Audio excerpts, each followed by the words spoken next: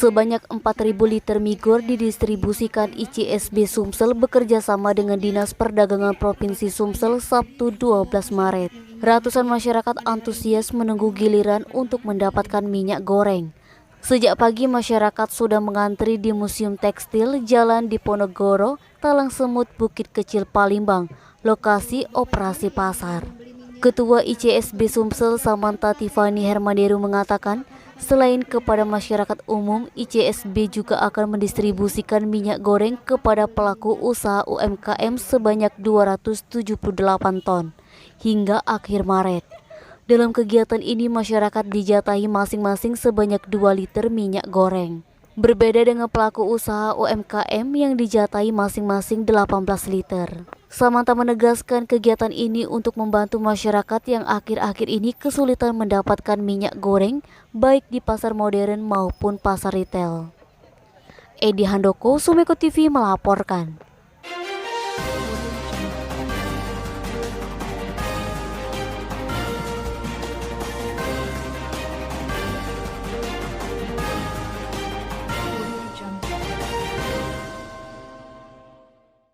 Sanitary Camps 2022 bertema Aku Cinta Sungai bersama Fakultas Kesehatan Masyarakat Universitas Sriwijaya Sabtu 12 Maret ditutup. Penutupan dilangsungkan di Jalan Kiai Haji Azhari, Kampung 13 Ulu, Palembang. Sanitary Camps 2022 merupakan kegiatan edukasi warga yang tinggal di pinggir Sungai Musi, Kelurahan 13 Ulu, Palembang. Tidak hanya dilakukan dengan menjaga kebersihan sungai, tetapi juga dengan berbagai ilmu pengetahuan.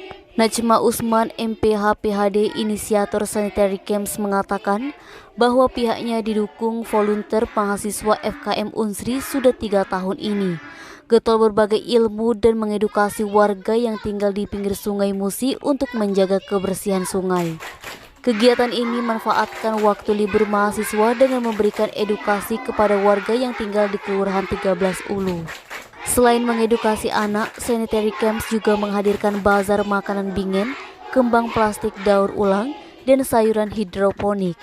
Ada juga hiburan komedi, games dari artis ternama Kota Palembang, Cek Maria, dan pertunjukan sulap oleh Naba Anwar. Naba, Sumeko TV melaporkan.